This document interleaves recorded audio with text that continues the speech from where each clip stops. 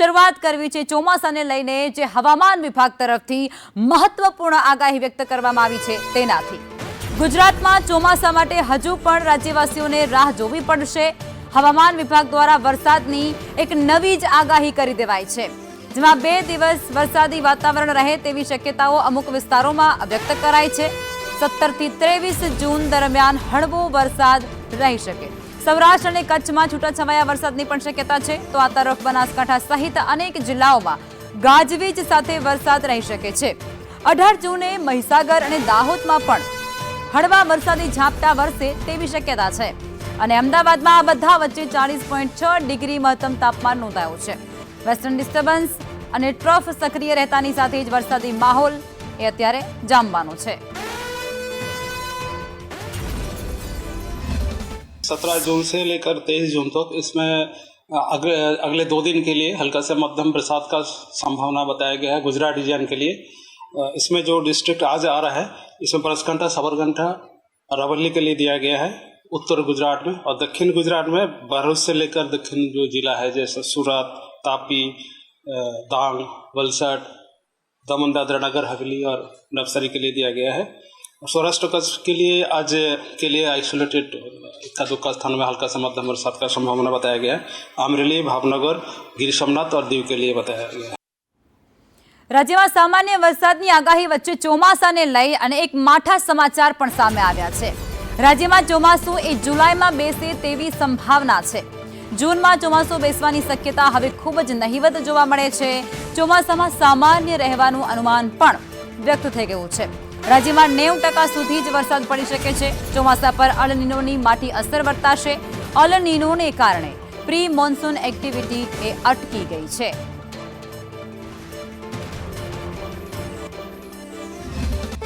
તો હાલના જે વાદળોને એના જે ચિત્રમાન જોતા અને WMO અને GTWC એની આગાહી પ્રમાણે અલનીનો લગભગ 70% હતો અને એના કારણે મોન્સૂન ડિલે થાય એવા પૂર્ણ સંકેતો આવી રહ્યા છે।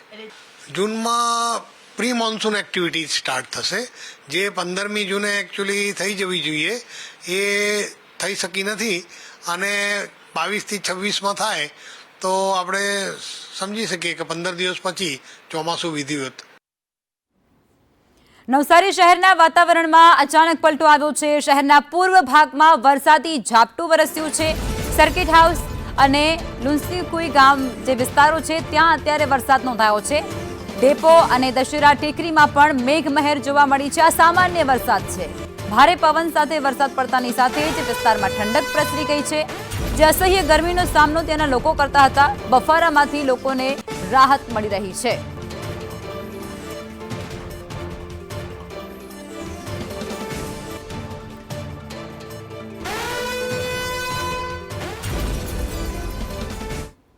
જૂન મહિનો એ પૂરો થવાને આરે છે અને તે છતાં જેતપુર પંથકમાં વાવણી લાયક વરસાદ નથી વરસ્યો અને જેના કારણે ખેડૂતોએ ખૂબ જ ચિંતામાં જોવા મળે છે। દર વર્ષે આ સમયે લીલાછમ દેખાતા ખેતરો આજે સૂકા ભઠ્ઠ પડી ગયા છે। ખેડૂતો મોંઘા બિયારણ અને ખાતર ખરીદી અને વાવણી કરી ચૂક્યા છે, પરંતુ વરસાદ ન પડતા તેમની આ મૂડી એ ડૂબી જવાની કગાર પર છે। મોડી વાવણી અને ઓછા વરસાદને કારણે પાક ઉત્પાદન પર પણ ગંભીર અસર થવાની શક્યતા છે। આ સાથે જ પશુપાલકો માટે પશુઓના ચારા અને પાણીની સમસ્યા પણ ઊભી થઈ છે। હવામાન વિભાગના જણાવ્યા અનુસાર ચોમાસું હાલ અટકી ગયું છે અને જેને કારણે ખેડૂતોની મુશ્કેલી વધી ગઈ છે। હવે ખેડૂતોની નજર એ મેઘરાજા પર ટકેલી છે અને તેઓ સારા વરસાદની આશા વ્યક્ત કરી રહ્યા છે, ભગવાનને પ્રાર્થના કરી રહ્યા છે।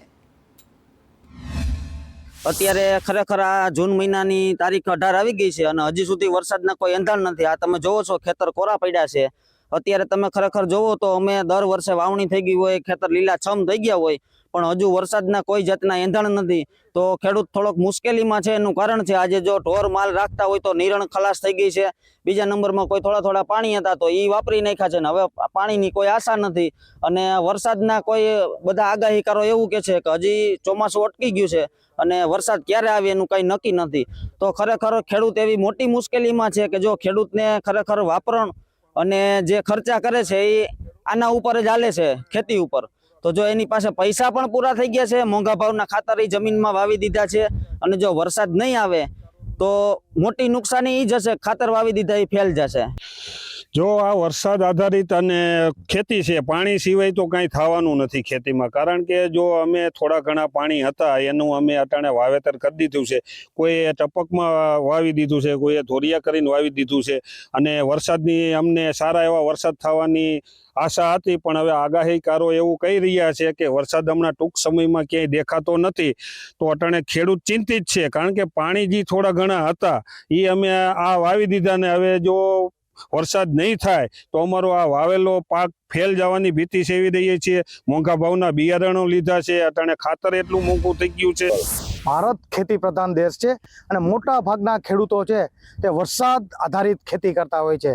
અત્યારે ચોમાસું છે તે શરૂ થઈ ગયું છે, પરંતુ વરસાદનું નામો નિશાન નથી, જેને કારણે થઈને ખેતરો છે તે કોળા ભટ્ટ આપ જોઈ શકો છો, કાળા ભટ્ટ દેખાય છે.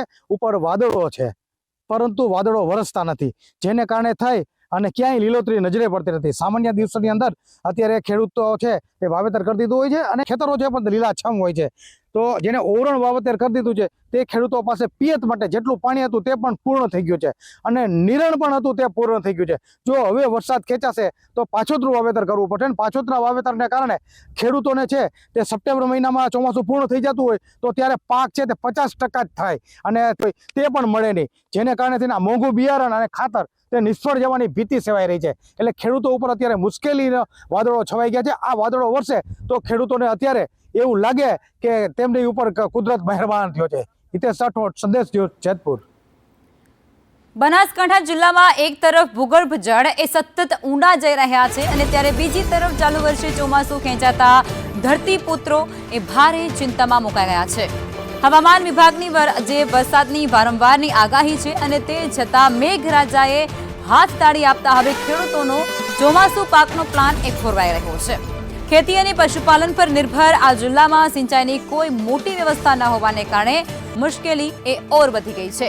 ઉનાળુ પાક બાદ ખેતરો તૈયાર કરી અને બેઠેલા આ ખેડૂતો હવે ભગવાનને પ્રાર્થના કરી રહ્યા છે, અને સાથે જ પશુધનને બચાવવા માટે સરકાર ગામે ગામ આવેલા તળાવો એ વહેલી તકે પાણીથી ભરી આપે તેવી માંગ પણ કરી છે. એટલે જો એવી સ્થિતિની પરિસ્થિતિમાં હાલ પશુપાલન કરવું અશક્ય બન્યું છે. હાલ ઘાસચારાની બહુ તંગી પડી રહી છે, અને ખેતીની તો વાત જ છોડો, હાલ ખેતી કરવાનો કોઈ ઉપાય નથી, અને હાલ પૂરતી ખેતી કરવી પણ ના જોઈએ, કારણ કે પશુપાલકોએ તો ઘાસચારા ઉપર પ્રાધાન્ય વધારે આપવું પડશે. અને સરકારને મારે એટલી વિનંતી છે કે જો આ તળાવમાં પાઇપલાઇન કરી છે એ તત્કાલમાં તળાવો ભરે તો એક પશુપાલન બચાવી શકાય એ ઉપાય છે, બીજો તો કોઈ ઉપાય નથી. ખેડૂતોની પરિસ્થિતિ તો એવી છે કે ઘણા ટાઈમથી વરસાદની રાહ જોવે છે ખેડૂતો વાવેતર કરવા માટે, પણ વરસાદ થતો નથી. દિવસે વાદળ રાખે છે અને રાતે તારા કાઢે છે, એટલે દુકાળિયાના દાડા આવે એવી પરિસ્થિતિ દેખાય છે. તો ખેડૂતોને એવી ભલામણ છે કે ભાઈ વાવેતર કરવામાં ખૂબ ખબર રાખે, કોઈ મોંઘા બિયારણોવાળી ખેતી ના કરે, ઘાસચારાને પ્રાયોરિટી આપે તો આપણું પશુપાલન જળવાઈ રહે, અને સારો વરસાદ આવતી સાલ થાય તો આવતી સાલ કમાઈ લેશું. વરસાદ ખેંચાયો છે એટલે ખેડૂતોને બહુ તકલીફ છે, અને પશુઓને તકલીફ છે. ઘાસચારાની સમસ્યા થઈ જાય, કારણ વાવેતર અને બોરમાં પાણી બહુ ઊંડે છે, એટલે ચોક સીએ પાણી સીએ નહીં પાછા અમુક જગ્યાએ તો, એટલે ઘાસચારો વાવેતર થાય એવી અશક્યતા છે. ખેતી તો વાત છે પણ ઘાસચારાની વાવેતર થાય એવું નહીં. એટલે તળાવોમાં જો સગવડ જો છે સરકારથી થાય એવી છે, એ સગવડમાં તળાવો ભરે તો એટલે તો પશુઓ પીવે પાણી. સુરતના નાસિરનગરમાં ડિમોલેશનનો એ મામલો, જેમાં તપાસ કમિટીના રિપોર્ટ સામે જ હવે સવાલો ઊભા થઈ ગયા છે. ઝોનલ ચીફે બંધ કવરમાં અધૂરો રિપોર્ટ સોંપી દીધો. આ રિપોર્ટમાં સ્ટાફ તેમને સહયોગ નથી આપતો તે પ્રકારનો ઉલ્લેખ તેના દ્વારા થયો છે. આ અધૂરો રિપોર્ટ આપ્યા બાદ વધુ સમયની માંગ તેમના દ્વારા કરાઈ છે. તપાસ દરમિયાન અધિકારી એ રાતોરાત રજા પર ઉતરી ગયા છે. કમિટી સભ્ય મહેશ ચાવડા 8 દિવસની રજા પર ઉતર્યા છે.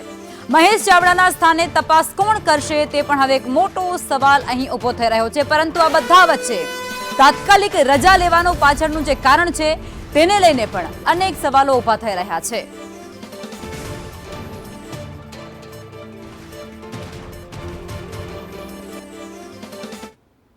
અને આજ મુદ્દે સંવાદદાતા મનીષ પરમાર અમારી સાથે જોડાઈ ચૂક્યા છે.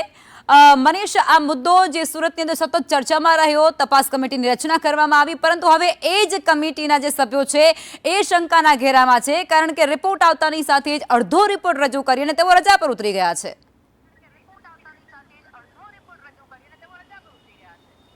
જી બિલકુલ, વાત કરીએ તો નાસીનગરના ડિમોલેશનને આજે 18 જેટલા દિવસો થઈ ગયા છે, તેમ છતાં આ ડિમોલેશન કોણે કર્યું તે જાણી નથી શકાયું. આ ભૂટિયા ડિમોલેશન હતું અને જેમાં તપાસ કમિટીની રચના કરવામાં આવી હતી અને તપાસ કમિટી દ્વારા જે કહેવાય કે રિપોર્ટ આપવામાં આવ્યો છે, કારણ કે ગઈકાલે તપાસ કમિટીનો છેલ્લો દિવસ હતો તેને રિપોર્ટની અંદર અધૂરો રિપોર્ટ આપવામાં આવ્યો છે અને એની અંદર લખવામાં આવ્યું છે કે અધિકારીઓ છે જે શંકાના દાયરામાં છે તેઓ સહયોગ નથી આપી રહ્યા. મોટાભાગના અધિકારીઓ છે તે રજા પર ઉતરી ગયા છે. તો તપાસ કોની પર કરવી અને કઈ રીતના કરવી, જેને લઈને સવાલ ઉઠી રહ્યા છે.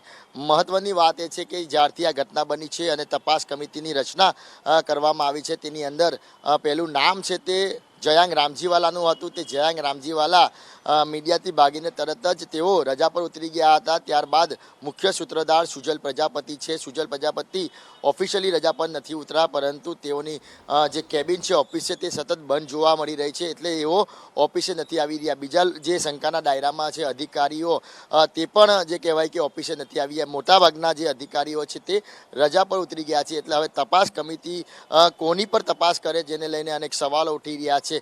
ક્યાંક ને ક્યાંક જે કહેવાય કે મહાનગરપાલિકા પર આ જે ઘટનાની અંદર કાચું કાપવાના મૂડમાં હોય તે પ્રમાણેના જે કહેવાય કે દ્રશ્યો અત્યારે સામે આવી રહ્યા છે. જે વખતે અધિકારીઓ એવું કહી રહ્યા છે કે અમને સહયોગ અમારો સ્ટાફ નથી આપી રહ્યો. મનીષ, સ્ટાફ સહયોગ નથી આપતો એના પાછળનું કારણ એ જવાબદાર હોઈ શકે કે જે કાગળિયાની અંદર તેમના દ્વારા ગોલમાલ કરવામાં આવી છે, જે પાપના ભાગીદાર અન્ય જે અધિકારીઓ છે તેમને નથી બનવું, એટલા માટે તેઓ તેમને સહયોગ નથી આપી રહ્યા, એવું હોઈ શકે? બિલકુલ સાચી વાત છે. ક્યાંક ને ક્યાંક જે અધિકારીઓ જે કેમેરામાં દેખાઈ રહ્યા છે ડિમોલેશન વખતે હાજર હતા, એના પર શંકાની સોય જઈ રહી છે કે તે વખતે ડિમોલેશન નથી કર્યું તો શા માટે તેઓ રીમાર્કિંગ કરવા ગયા હતા અને આ ડિમોલેશન થઈ ગયું. તેમાં મુખ્ય નામ છે જયાંગ રામજીવાલા, જે કાર્યપાલક ઇજનેર છે, અને બીજા છે સુજલ પ્રજાપતિ. સુજલ પ્રજાપતિ અને જયાંગ રામજીવાલા છે તે બંને અધિકારી શંકાના દાયરામાં છે અને તેની પૂછપરછ કરવી ખૂબ જ જરૂરી છે, પરંતુ આ બંને અધિકારીઓ છે તે પૂછપરછમાં ક્યાંક ને ક્યાંક સાથ સહકાર નથી આપી રહ્યા.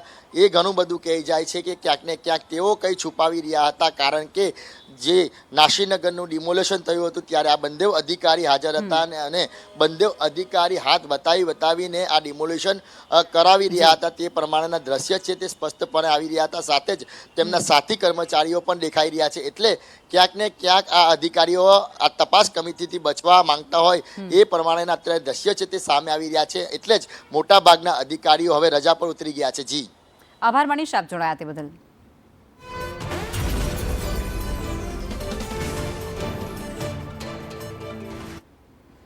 સુરત નાસિરનગર ડિમોલેશનના વિવાદમાં હવે પત્ર પણ સામે આવ્યો છે. કોંગ્રેસના પૂર્વ નગરસેવક દ્વારા સીએમ અને ડેપ્યુટી સીએમને પત્ર લખવામાં આવ્યો છે. અસલમ સાયકલવાળાએ પત્ર લખી અને ખાસ રજૂઆત કરી છે. સુનિયોજિત ષડયંત્ર રચી અને ગેરકાયદેસર આ 104 થી પણ વધારે મકાનોને ધ્વસ્ત કરવામાં આવ્યા હોય તેવું તેમના દ્વારા આરોપ મુકાયો છે. પોલીસ તંત્રની છબી ખરાબ કરનાર વિરુદ્ધ કાર્યવાહીની માંગ તેઓ કરે છે. ડીજીપી રાજદીપસિંહ નકુમને સસ્પેન્ડ કરવા સુધીની માંગ આ પત્રમાં તેમના દ્વારા કરવામાં આવી છે.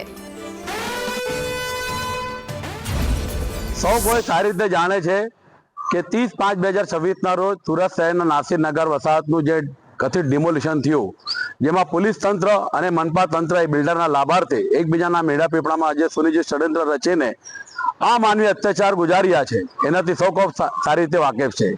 આજે પણ નાસિરનગરના વસાહતીઓ માટે ઉપર આબ અને નીચે ધરતી સિવાય બીજો કોઈ વિકલ્પ નથી.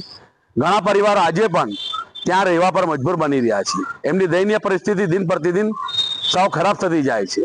પરંતુ આ સમગ્ર બનાવમાં સરકાર આંખ આડા કાન કરતી હોય કે ધ્યાને ન લેતી હોય અને કોઈ પણ પ્રકારની કાર્યવાહી ન કરતી હોય એવું પ્રસ્થાપિત થઈ રહ્યું છે. આજે 19 દિવસ થયા છતાંય ગીર સોમનાથમાં ગેરકાયદેસર સિંહ દર્શનનો પર્દાફાશ થયો છે. વેરાવળના મંડોર ગામે વન વિભાગના દરોડા જમાધિકારીઓને જોઈ અને એ શખ્સો ત્યાંથી ફરાર થયા. પોતાના વાહનો પર ત્યાં મૂકીને તેઓ નાસી છૂટ્યા છે. નંબર પ્લેટ વગરની આ કાર છે જે જપ્ત કરી લેવાય છે. ગાડી પર મોરબી ભાજપ મંત્રીનું બોર્ડ લખેલું જોવા મળે છે. આ થારમાં વિદેશી દારૂની બોટલો હોવાનો પણ ગ્રામજનો દ્વારા આરોપ મૂકવામાં આવ્યો છે. વન વિભાગે બંને વાહનોને કબજે કરી અને કાર્યવાહી હાથ ધરી છે. ખેડૂતોએ વન વિભાગ પાસે તટસ્થ તપાસ થાય તેવી માંગ કરી છે. અહીંના જે સ્ત્રી પ્રેમો છે, જે સ્થાનિક ગ્રામજનો છે, તેમાં પણ આક્રોશ છે.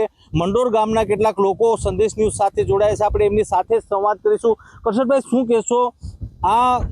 શું આખી ઘટના છે?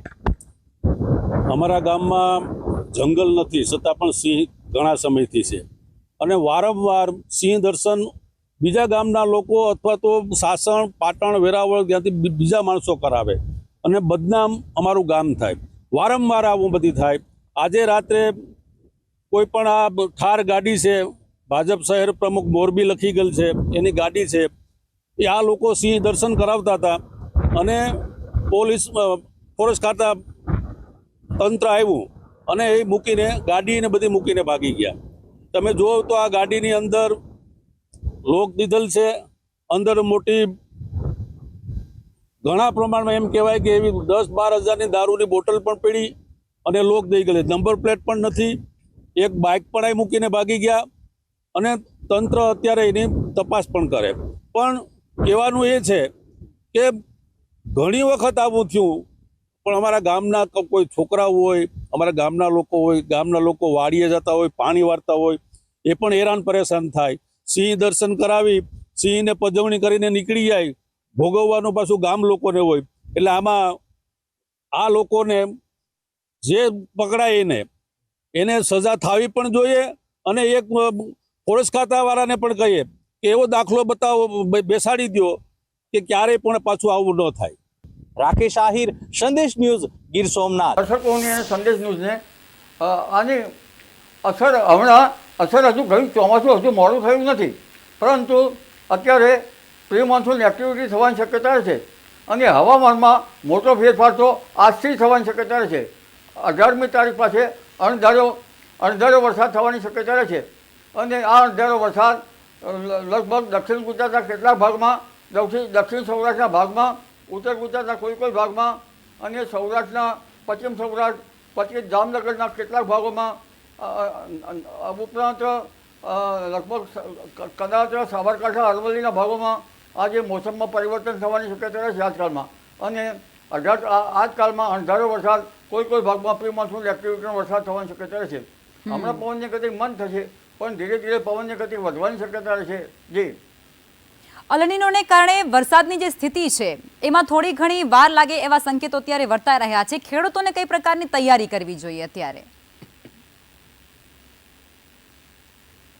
અલ નીનો એ દક્ષિણ ગોળાર્ધમાં પેસિફિક મહાસાગરમાં પેરુ ખાતે નીલો 3.4 વિસ્તારમાં થતો ગરમ પ્રવાહનો એક દાનવ સરવળી ઉઠે છે, જેને અલ નીનો કહેવામાં આવે છે. પેરુ ખાતે જળવાયુ ગરમ થાય તો અલ નીનો, અને ત્યાંની ચોમાસા ઉપર ઘેરી અસર પડતી હોય છે. એટલે આ અલ નીનોની અસર તો ગુજરાત ઉપર પડવાની શક્યતા રહે છે, પરંતુ કેટલાક પરિબળો સાનુકૂળ હોવાથી હવે ધીરે ધીરે વરસાદ જે છે બહુ મોડો થવાની શક્યતા રહેશે નહીં.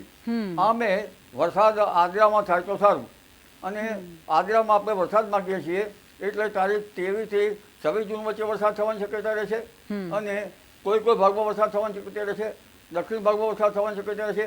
બંગાળના ઉપસાગરમાં તારીખ 18 થી 22માં એક સિસ્ટમ બનવાની શક્યતા રહેશે.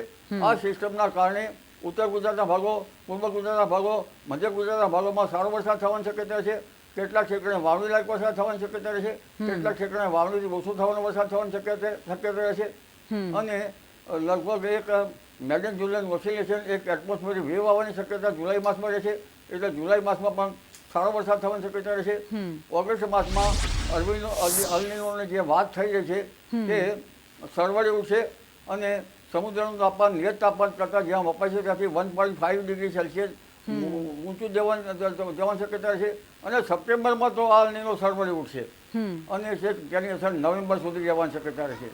જે લખમાં એટલે હવે આ બધા વચ્ચે તાપમાન છે રાજ્યનું તે પણ ક્યાંક વધી શકે એવા કોઈ એંધાણ ખરા? અને આ વરસાદ જે મોડું થઈ રહ્યું છે એને લઈને શું અલનીનો સિવાય પણ કોઈ બીજી એવી સિસ્ટમ છે જે અસર કરી રહી છે? બીજી સિસ્ટમ તો ઘણી સિસ્ટમ અસર કરે છે. એક પછી એક આપણા વેસ્ટર્ન ડિસ્ટર્બન્સ. વેસ્ટર્ન ડિસ્ટર્બન્સ અત્યારે આવવાના જોઈએ. વેસ્ટર્ન ડિસ્ટર્બન્સ આવે તો ગંગા જમનાના મેદાનો તપે નહીં. આ ઉપરાંત અરબ સાગર અને બંગાળ સાગર નિષ્ક્રિય છે. અને મુંબઈમાં ચોમાસું અટકી ગયું છે. મુંબઈનું ચોમાસું અને બંગાળ ઉપસાગરની શાખા એક સાથે ચાલવી જોઈએ. તે શાખા એક સાથે ચાલતી નથી અને સડસડાટ આ શાખા પૂર્વ ભારતમાં જાય છે. પરંતુ હવે ધીરે ધીરે 2022માં અને જૂન માસના અંતમાં એક સિસ્ટમ સારી શરૂ થશે. અરબ સાગરમાં ગતિવિધિ વધશે, બંગાળ ઉપસાગરમાં લો પ્રેશર બનશે અને સારા વરસાદને એંધાણ થશે. જી, એટલે આ બધા વચ્ચે એ પણ સમજવું છે અંબાલાલ કાકા કે ગુજરાતના સૌરાષ્ટ્રનો વિસ્તાર છે કે પછી કચ્છનો વિસ્તાર છે કે ઉત્તર ગુજરાતના ઘણા ખરા એવા વિસ્તારો છે જ્યાં પહેલાથી જ પાણીની ઘટ છે અને દુષ્કાળ જેવી સ્થિતિનો એ લોકો સામનો કરતા જ હોય છે જ્યારે ચોમાસું નજીક આવતું હોય ત્યારે. અને એ બધા વચ્ચે જ્યારે ચોમાસું મોડું પહોંચે છે ત્યારે એ લોકો ખૂબ ચિંતામાં આવી જતા હોય છે. તો એમને રાહત થાય એવા કોઈ સમાચાર છે નજીકના સમયમાં? નજીકના સમયમાં ઉત્તર ગુજરાતના ભાગોમાં તારીખ 29 જૂનથી 5મી જુલાઈ અને 7મી જુલાઈ વચ્ચે એક કંઈક સારા સમાચાર છે કે ત્યાં સારો વરસાદ થવાની શક્યતા રહેશે. જો કે આપણે જીવાદોરી નર્મદા છે અને મધ્યપ્રદેશના ભાગોમાં તો સારો વરસાદ થવાનો જ છે. પરંતુ ઉત્તર ગુજરાતના ભાગોમાં પણ લગભગ આ માસના અંતમાં અને જુલાઈની શરૂઆતમાં સારો વરસાદ થવાની શક્યતા રહેશે. 7મી જુલાઈ આસપાસ પણ વરસાદ થવાની શક્યતા રહેશે.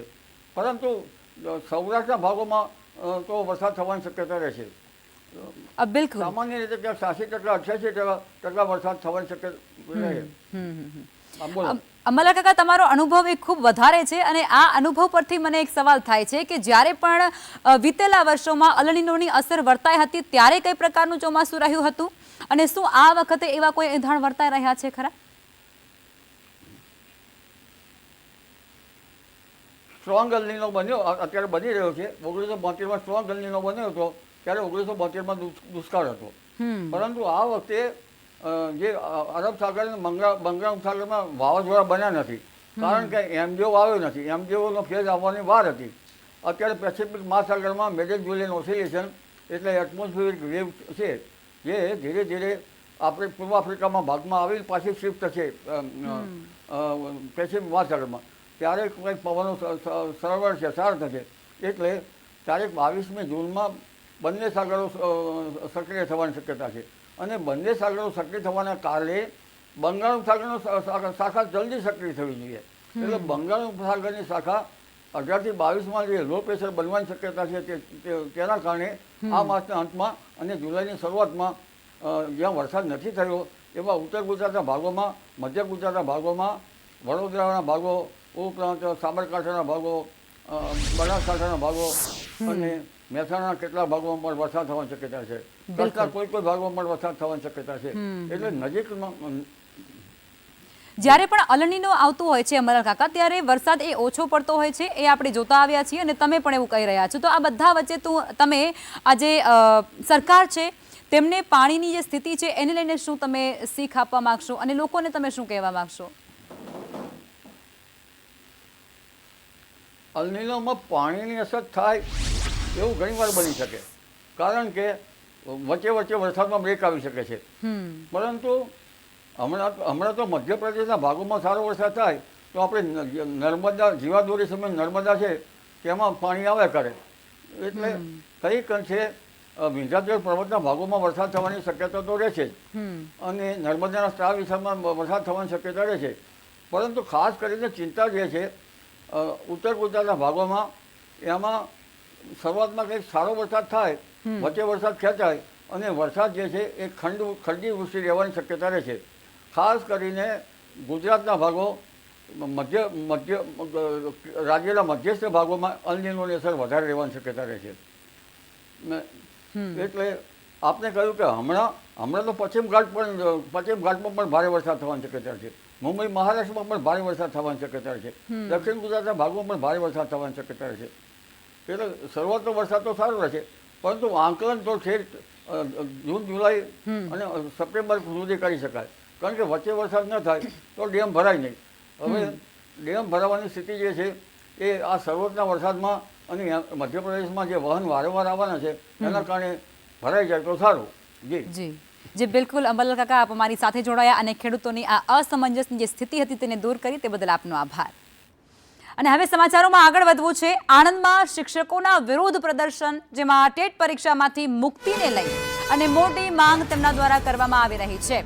સુપ્રીમ કોર્ટના ચુકાદા વિરુદ્ધ અત્યારે શિક્ષક આલમ એ ધરણા પર ઉતરી ચૂક્યું છે. શિક્ષક સંઘના નેજા હેઠળ આ આંદોલન શરૂ થયું છે. પ્રાથમિક શાળાના શિક્ષકો ઉપસ્થિત પણ રહ્યા આંદોલનમાં, સૂત્રોચ્ચાર પણ કર્યા. સૂત્રોચ્ચાર કરી અને કલેક્ટરને આવેદનપત્ર પણ તેમના દ્વારા આપવામાં આવ્યું છે.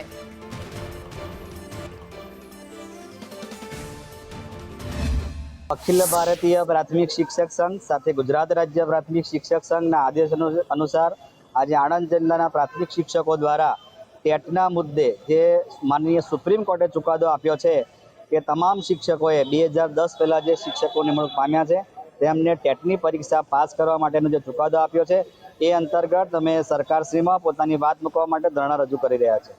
ઓલરેડી મેં તો ટેટની પરીક્ષા આપેલી જ છે, પણ મારો અહીંયા જે હાજર રહેવાનો મેઇન પોઈન્ટ એ છે કે એકવાર જોબ લઈ લીધી છે અને જોબ લીધા પછી ફરીવાર એક્ઝામ લેવાની કેમ જરૂર પડે? ચાલુ જોબમાં જો એક્ઝામ તમારી જોબ ચાલુ છે અને જો તમારે એક્ઝામ લેવી હોય તો એનું કોઈ કારણ હોવું જોઈએ. એનું કારણ એ હોય છે કે તમે પ્રમોશન આપી શકો, પણ પ્રાઇમરીમાં તો પ્રમોશન જેવું કશું છે જ નહીં. બરાબર છે. બીજું કે શિક્ષકો વર્ષોથી નોકરી કરે છે એટલે એમના સબ્જેક્ટમાં એ માસ્ટર જ હોય. લોકો જે ટ્યુશન કરે છે ને તો બી માસ્ટર થઈ જાય છે, ભલે ભણેલા નથી હોતા. તો શિક્ષકો તો વર્ષોથી પોતાની જવાબદારી સારી રીતના નિભાવે છે, એમને એમના સબ્જેક્ટ આવડે જ છે. તો પછી આવી રીતના ટેટ ફરજિયાત આપવી એ તો મને વ્યાજબી લાગતું જ નથી જરીકે. ઓલ ઇન્ડિયા પ્રાથમિક શિક્ષક સંઘે જે ટેટનો વિરોધ કરેલો છે, જે 2010 પહેલાં જે ટેટ પાસ નહોતા એવા શિક્ષકોને એમણે ફરજિયાત ટેટનું પાસ કરવાનું કરેલું છે, તો આનો અમે સખત શબ્દોમાં વિરોધ કરીએ છીએ. આ સાથે અમે ઓલ ઇન્ડિયા પ્રાથમિક શિક્ષક સંઘ હવે પછી કોઈ પણ કાર્યક્રમો આપશે એની સાથે અમે જોડાયેલા છીએ અને ટેટના અમે સખત શબ્દોમાં વિરોધ કરીએ છીએ. વડોદરા શૈક્ષિક સંઘ એ ટેટ પરીક્ષા મુદ્દે આંદોલનના માર્ગે છે. ત્યારે 2010 પહેલાના શિક્ષકો માટે ટેટ ફરજિયાત કરવાની સામે તેમના દ્વારા વિરોધ પ્રદર્શન કરવામાં આવે છે. 22 જિલ્લામાં શિક્ષકોના ધરણા યોજાયા છે. જિલ્લા પંચાયત ખાતે બેનર અને સૂત્રોચ્ચાર સાથે વિરોધ પ્રદર્શન કરવામાં આવ્યું છે. વર્ષો સુધી સેવા આપ્યા બાદ આ પરીક્ષા યોજવામાં આવી રહી છે, તેને શિક્ષકો અયોગ્ય કહી રહ્યા છે. કેન્દ્રીય શિક્ષણ મંત્રીને આવેદનપત્ર પાઠવવામાં આવ્યું છે, જેમાં મોન્સૂન સત્રમાં ટેટમાંથી મુક્તિ સુધારો લાવવાની માંગ આ શિક્ષક આલમ દ્વારા કરવામાં આવી રહી છે. આજે અમે ટેટ પરીક્ષાના વિરોધની અંદર ધરણા પ્રદર્શન કરવા માટે બેઠા છે. ગુજરાતના 22 જિલ્લાઓમાં આજે ધરણા પ્રદર્શન થઈ રહ્યા છે. માન્ય સુપ્રીમ કોર્ટ દ્વારા 2025માં એક ચુકાદો આપવામાં આવ્યો કે 2010 પહેલાં જે શિક્ષકો નોકરીમાં જોડાયા છે એ તમામ શિક્ષકોની ટેટ પરીક્ષા ફરજિયાત લેવામાં આવે. એના વિરોધની અંદર આજે અમે ધરણા કરી રહ્યા છીએ. ધરણા બાદ અમે કલેક્ટરશ્રી મારફત દેશના શિક્ષણ મંત્રીશ્રીને આવેદનપત્ર સુપ્રત કરવાના છે. હમણાં સુપ્રીમ કોર્ટે 2010 પહેલાંના શિક્ષકોને ટેટની એક્ઝામ ફરજિયાત પાસ કરવા માટે જણાવેલ છે, પરંતુ છેલ્લા 25 વર્ષથી જે તે વખતે શિક્ષકે જે પરીક્ષાઓ આપી છે એ સરકારને ટર્મ્સ એન્ડ કન્ડિશન પ્રમાણે પરીક્ષાઓ આપી અને પોતાની નોકરી લીધી છે. આજે આટલા વર્ષો સુધી સેવા કર્યા પછી જ્યારે સરકાર અને સુપ્રીમ કોર્ટ એવું કહેતી હોય કે ભાઈ ટેટની એક્ઝામ પાસ કરી, આના લીધે શિક્ષકો અત્યારે ભયના માહોલમાં જીવી રહ્યા છે. એ પોતે સારી રીતે કામ પણ નથી કરી શકતા. એટલે ડાંગમાં ટેટ પરીક્ષાનો ઉગ્ર વિરોધ ચાલી રહ્યો છે. શિક્ષક સંઘ દ્વારા પરીક્ષાનો વિરોધ કરવામાં આવ્યો છે, જેમાં જિલ્લા પ્રાથમિક શિક્ષક સંઘ પણ આ આંદોલનમાં જોડાઈ ચૂક્યું છે. આહવા ખાતે મોટી સંખ્યામાં શિક્ષકો ઉમટી પડ્યા. જિલ્લા પંચાયત ભવન બહાર ધરણા પર બેસી ગયા, વિરોધ પ્રદર્શન કર્યું, હાથમાં બેનરો અને પોસ્ટરો સાથે ભારે સૂત્રોચ્ચાર કર્યું અને કલેક્ટર મારફતે સાંસદ અને એમએલએને આવેદનપત્ર આપવામાં આવ્યું છે. અને તેમનું કહેવું છે કે જો માગણીઓ નહીં સંતોષાય તો પછી ઉગ્ર આંદોલનના માર્ગે પણ અમે જઈશું. પરીક્ષા ન આપવા શિક્ષકોએ મક્કમતા દર્શાવી છે. ડાંગ જિલ્લાની અંદર જિલ્લા પંચાયત ભવન ખાતે ટેટ પરીક્ષાના વિરોધમાં અખિલ ભારતીય પ્રાથમિક શિક્ષક સંઘ અને ગુજરાત રાજ્ય પ્રાથમિક શિક્ષક સંઘના સંયુક્ત ઉપક્રમે વિરોધ પ્રદર્શન કરવામાં આવ્યું છે અને ધરણા પ્રદર્શન કરવામાં આવ્યું છે. આજે અમે અહીં વિરોધ પ્રદર્શન અને ધરણા પ્રદર્શન કરીને અમે કલેક્ટરશ્રી અને સંસદ સભ્યશ્રી અને ધારાસભ્યશ્રીને ટેટ પરીક્ષાના વિરોધમાં અમે આવેદનપત્ર આપવા જઈ રહ્યા છે, જેથી કરીને ઝડપથી આ પરીક્ષા ન આપવા માટેનો ઉકેલ ઝડપથી આવે. અને આ જો અમારા જે કાર્યક્રમથી જો ઉકેલ ન આવે તો અમે ભવિષ્યમાં રાજ્યવ્યાપી આંદોલન કરવાના છે અને દેશવ્યાપી આંદોલન પણ અમે કરવાના છે. ડાંગ જિલ્લા પ્રાથમિક શિક્ષક સંઘ દ્વારા જે ધરણા પ્રદર્શન કરવામાં આવ્યું છે અને એ ધરણા પ્રદર્શનમાં અમે જે આવેદનપત્ર આપવા જઈ રહ્યા છીએ ત્યારે જે પણ અમારી માંગણીઓ છે એ માંગણી સંતોષવામાં નહીં આવે તો હવે પછીનો જે કાર્યક્રમ એ આગળનો કાર્યક્રમ રાજ્ય સંઘ દ્વારા પ્રસારિત કરવામાં આવશે અને અમે આગળની કાર્યવાહી કરીશું. તમામ શિક્ષકો અને તમામ મિત્રો અમારી સાથે જોડાયેલા રહે છે અને અમે પરીક્ષાનો સખત શબ્દમાં વિરોધ કરીએ છીએ. ધન્યવાદ. અમદાવાદમાં દૂષિત પાણીની ફરિયાદ ઉઠી છે, જેમાં ગોમતીપુર બાયમોતીની ચાલીમાં પાણીની ફરિયાદ ત્યાંના રહીશો કરી રહ્યા છે. પ્રદૂષિત પાણી આવતું હોવાની સ્થાનિકો દ્વારા ફરિયાદ એ વારંવાર કરવામાં આવી છે અને હદ તો ત્યારે થઈ જાય છે જ્યારે કાળા રંગનું પાણી તેમને પહોંચાડવામાં આવે છે, ડહોળું પાણી તેમને પહોંચાડવામાં આવે છે. લેખિતમાં રજૂઆતો કરી છે, વારંવાર મૌખિકમાં રજૂઆતો કરી છે અને તે છતાં કોઈ જ સાંભળવા તૈયાર નથી તેવું તેમનું કહેવું છે. તો અમદાવાદના વિસ્તારની અંદર પણ હજુ પ્રદૂષિત પાણીનો મુદ્દો એ શમ્યો નથી અને દૂષિત પાણીની ફરિયાદો એ વારંવાર અનેક વિસ્તારોમાંથી સામે આવતી જોવા મળી રહી છે, જેનો ભોગ અત્યારે અમદાવાદવાસીઓ બની રહ્યા છે. ગોમતીપુરની આ ઘટના છે, જ્યાં ચાલીમાં ગંદુ પાણી આપવામાં આવે છે, કાળું અને ડહોળું પાણી આપવામાં આવે છે.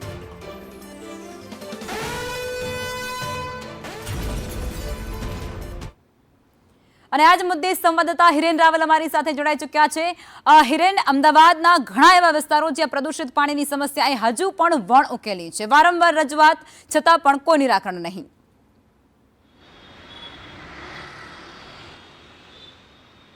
સૌથી વધુ સમસ્યાઓ અમદાવાદમાં આ પોળ વિસ્તારની અંદર અને જ્યાં ચાલી સિસ્ટમ આવેલી છે એવી જગ્યાઓ પર જોવા મળે છે અને એનું કારણ છે કે ગીચતા અને એના કારણે ડ્રેનેજનું પાણી એટલે ગટરનું પાણી છે એ પીવાના પાણીની લાઈનો સાથે મિક્સ થતું હોય એ પ્રકારની સ્થિતિ સામે આવે છે.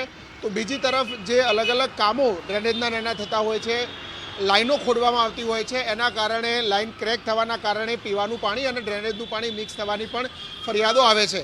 આજે પણ સવારે આ ગોમતીપુર વિસ્તારની અંદરથી આ ફરિયાદો આવેલી છે અને એની અંદર કોર્પોરેશનને તાત્કાલિક ટીમ ત્યાં પહોંચી અને કામગીરી તો શરૂ કરી છે, પરંતુ સ્થાનિકોનું કહેવું છે કે કેટલાય સમયથી અમે રજૂઆત કરીએ છીએ, ફરિયાદ કરીએ છીએ, લેખિતમાં રજૂઆત આપી છે, છતાં પણ કોઈ તંત્ર સાંભળતું નથી.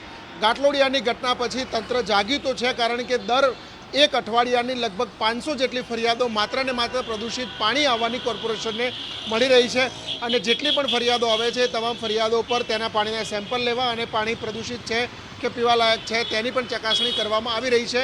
સતત જે કામો થઈ રહ્યા છે, જે લાઈનો ખોદવામાં આવી રહી છે, રસ્તા ખોદવામાં આવી રહ્યા છે અને બીજી તરફ જે જૂનું અમદાવાદ એટલે કે ચાલી સિસ્ટમ છે એની અંદર આ પ્રકારની ફરિયાદો મોટે ભાગે આવતી હોય તેવી સ્થિતિ અત્યારે દેખાય છે. જી આભાર હિરેન.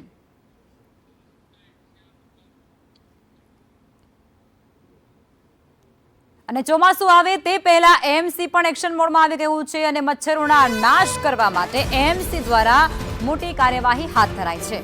મચ્છરોના નાશ માટે એએમસી દ્વારા એક મોટો પ્લાન બનાવાયો છે. ચોમાસામાં ફોગિંગ કરવા માટે એએમસી 1 કરોડ રૂપિયાનો ખર્ચ કરવાનું છે. દરેક ઝોનમાં ડેપ્યુટી મ્યુનિસિપલ કમિશનરને ખર્ચ કરવાની સત્તા સોંપવામાં આવશે. પ્રતિ ઘર 18.75 રૂપિયા મુજબ ખર્ચો કરવામાં આવશે. ખાસ કરી ઉત્તર ઝોનમાં 1.25 કરોડથી પણ વધુનો ખર્ચ કરવામાં આવશે.